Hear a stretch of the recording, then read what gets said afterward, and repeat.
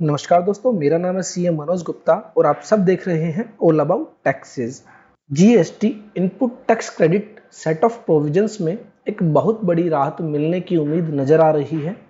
जैसा कि GST amendment act 2018 के जरिए जीएसटी सेट ऑफ प्रोविजंस में कुछ चेंजेस किए गए थे, जिसमें कहा गया था कि सबसे पहले आईजीएसटी को यूटिलाइज किया जाएगा।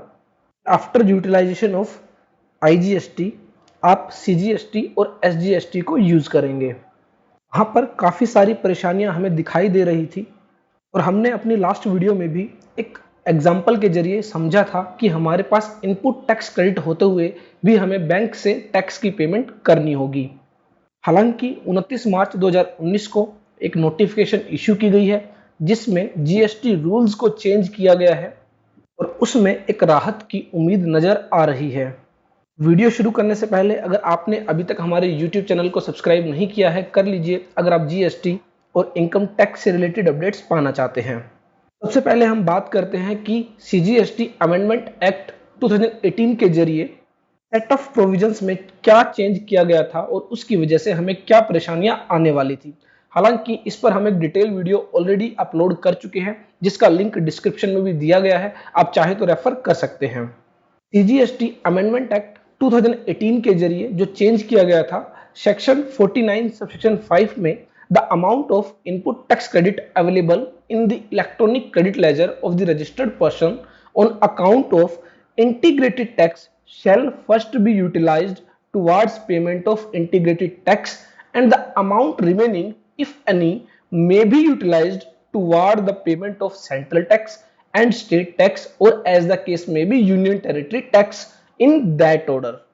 यहाँ पर साफ साफ कहा गया था कि सबसे पहले आईजीएसटी को यूटिलाइज किया जाएगा और आईजीएसटी को सबसे पहले आईजीएसटी के लिए यूटिलाइज करना है, और उसके बाद अगर कोई बैलेंस बचता है तो वह आप सेंट्रल टैक्स के लिए यूज करेंगे और उसके बाद स्टेट टैक्स के लिए यूज करेंगे, और अगर आप यूनियन टेरिटरी टैक्स में कवर है तो आप यूनियन टेरिटरी टैक्स पे करेंगे।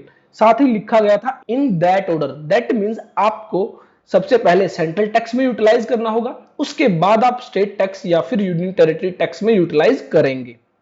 के बाद कहा गया था कि सेंट्रल टैक्स को सबसे पहले सेंट्रल टैक्स के लिए यूटिलाइज किया जाएगा और उसके बाद उसको इंटीग्रेटेड टैक्स के लिए यूटिलाइज किया जाएगा। The central tax shall first be utilised towards payment of central tax and the amount remaining if any may be utilised towards the payment of integrated tax. तो आपको सेंट्रल टैक्स सबसे पहले central tax के लिए use करना होगा और उसके बाद आप उसको आईजीएसटी के लिए यूज कर सकते हैं। आप सेंट्रल टैक्स को स्टेट टैक्स के लिए यूज नहीं कर सकते हैं। उसी तरह स्टेट टैक्स को सबसे पहले आप स्टेट टैक्स के लिए यूज करेंगे और उसके बाद अगर कोई बैलेंस बचता है तो वह आप integrated tax that means IGST के लिए यूज करेंगे। साथ ही यहाँ पर एक प्रोविजो इंसर्ट किया गया था कि अगर स्टेट टैक्स में कोई भी बैलेंस बचता है और आप उसको इंटीग्रेटेड टैक्स के लिए यूज करना चाहते हैं तो उससे पहले आपको सेंट्रल टैक्स को भी पूरी तरह यूटिलाइज करना होगा। अगर आपके पास सेंट्रल टैक्स का कोई भी बैलेंस अवेलेबल है तो आप इंटीग्रेटेड टैक्स की पेमेंट के लिए स्टेट टैक्स को यूज नहीं कर सकते। The state tax shall first be utilized payment of state tax and the amount remaining if any may be utilized towards payment of integrated tax, provided that the input tax credit on account of state tax shall be utilized towards payment of integrated tax only where the balance of input tax credit on account of central tax is not available for payment of integrated tax। तो ये अब तक की कहानी थी जो CGST amendment act 2018 के जरिए बताई गई थी। के बाद हमने एक एग्जांपल डिस्कस किया था। मान लीजिए आपकी आईजीएसटी की आउटपुट टैक्स लायबिलिटी है 40,000 रुपए की, सीजीएसटी की आउटपुट टैक्स लायबिलिटी है 40,000 रुपए की और एसजीएसटी की आउटपुट टैक्स लायबिलिटी है 40,000 रुपए की, और आपके पास जो इनपुट है वो कुछ इस तरह है। IGST input balance 80,000 rupees, CGST input balance 40,000 rupees, SGST input balance 20,000 rupees. तो नए रूल्स के अकॉर्डिंग आपको सबसे पहले क्या करना है, आईजीएसटी यूज करना है। तो सबसे पहले हमने 40,000 रुपीज आईजीएसटी के लिए ही यूज किया। आईजीएसटी की हमारी आउटपुट टैक्स लायबिलिटी थी 40,000 रुपीज, तो आईजीएसटी इनपुट को सबसे पहले आईजीएसटी आउटपुट के लिए यूज किया जाएगा। तो यहाँ पर 40,000 को हमने सेट ऑफ कर दिया है। उसके बाद भी हमारे पास आईजीएसटी का इनपुट बैलेंस बचता है 40,000 रुपीज। तो वहां पर कहा गया था कि अगर आईजीएसटी सेटअप करने के बाद भी आपके पास कोई आईजीएसटी इनपुट टैक्स क्रेडिट बचता है तो वह आप पहले सेंट्रल टैक्स के लिए यूज करेंगे, उसके बाद स्टेट टैक्स के लिए। तो यहाँ पर हमारे पास सीजीएसटी की आउटपुट टैक्स लायबिलिटी है 40,000 रुपीज और हमारे पास आईजीएसटी का इनपुट बैलेंस भी है 40,000 रुपीज। तो यहाँ पर आईजीएसटी का इनपुट बैलेंस 40,000 रुपीज यूज कर लिया जाएगा और इस तरह हमारा आईजीएसटी इनपुट बैलेंस नील हो जाएगा। लेकिन यहाँ पर आप देखेंगे सीजीएसटी इनपुट हमारे पास 40,000 रुपीज था लेकिन हम उसको यूज नहीं कर पाए।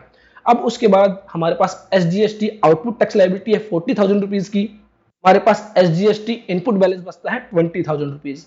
एसजीएसटी के लिए हम सेंट्रल टैक्स का इनपुट यूज नहीं कर सकते हैं, तो यहां पर हमें क्या करना होगा, 20,000 रुपीज की SGST output tax liability bank से पे करनी होगी और हमारे पास सीजीएसटी इनपुट बच जाएगा 40,000 रुपीज। तो यहां पर जो सबसे बड़ा ड्रॉबैक आ रहा था कि हमारे पास इनपुट होते हुए भी हमें बैंक से पेमेंट करनी पड़ रही थी।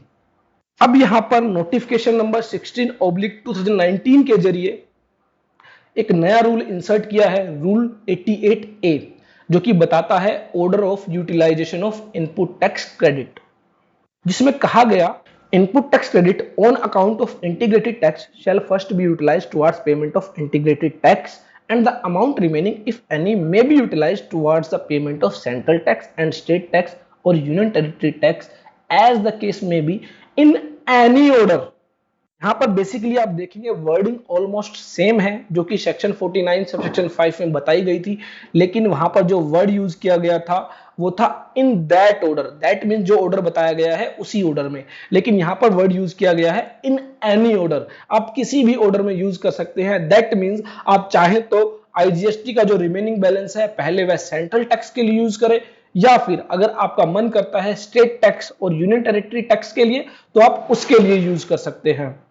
Input tax credit on account of integrated tax shall first be utilized towards payment of integrated tax and the amount remaining, if any, may be utilized towards the payment of central tax and state tax or union territory tax as the case may be in any order, provided that the input tax credit on account of central tax, state tax or union territory tax shall be utilized towards payment of integrated tax, central tax, state tax or union territory tax as the case may be only after the input tax credit available on account of integrated tax has first been utilized fully।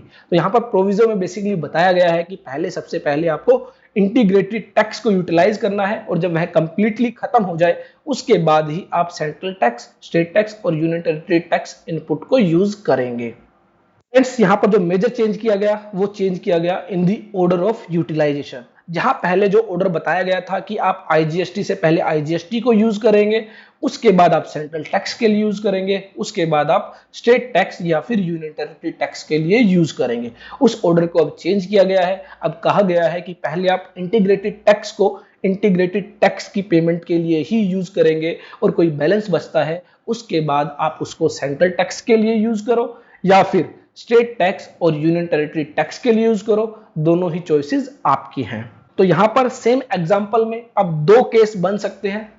पहला case, आपके पास IGST की output tax liability है 40,000 रुपए, CGST की output liability है 40,000 रुपए और SGST की आउटपुट लायबिलिटी है 40,000 रुपए। आपको ध्यान रखना है पहले आपको आईजीएसटी ही यूटिलाइज करना है और सबसे पहले आईजीएसटी को आईजीएसटी से ही सेटअप किया जाएगा। तो यहां पर हमारी आईजीएसटी का इनपुट है 80,000 रुपीज, सीजीएसटी का इनपुट है 40,000 रुपीज, एसजीएसटी का इनपुट है 20,000 रुपीज। तो यहाँ पर सबसे पहले आईजीएसटी की आउटपुट टैक्स लायबिलिटी को खत्म किया जाएगा जो कि 40,000 रुपए है। उसके बाद हमारा बैलेंस बचता है आईजीएसटी इनपुट का 40,000 रुपए। अब आपके पास दोनों ही चॉइसेस है, आप चाहे तो सीजीएसटी आउटपुट के लिए यूज करें या फिर एसजीएसटी आउटपुट के लिए यूज करें।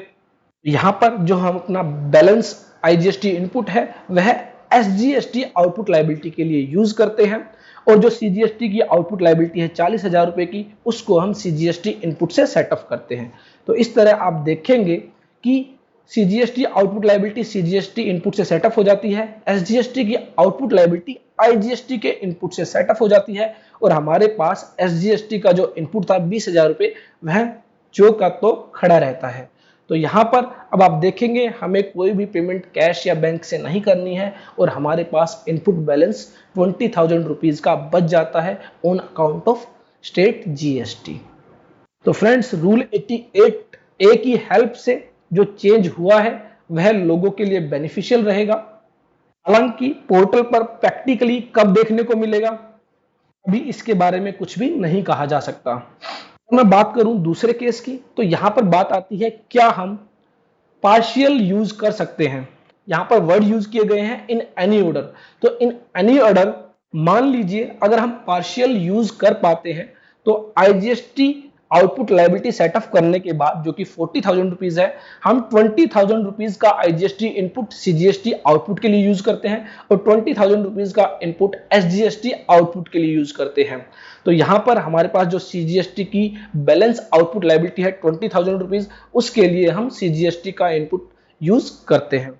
एसजीएसटी आउटपुट लायबिलिटी जो रिमेनिंग 20,000 रुपीज है, उसके लिए हम एसजीएसटी का इनपुट बैलेंस 20,000 रुपीज यूज करते हैं। तो यहां पर आप देखेंगे अब की बार हमारे पास सीजीएसटी का इनपुट बच जाता है 20,000 रुपीज और हमें कोई भी पेमेंट कैश या बैंक में नहीं करनी है। दोनों ही तरीके से हमारे पास इनपुट बैलेंस बच जाता है और हमें कोई भी पेमेंट बैंक से नहीं करनी है।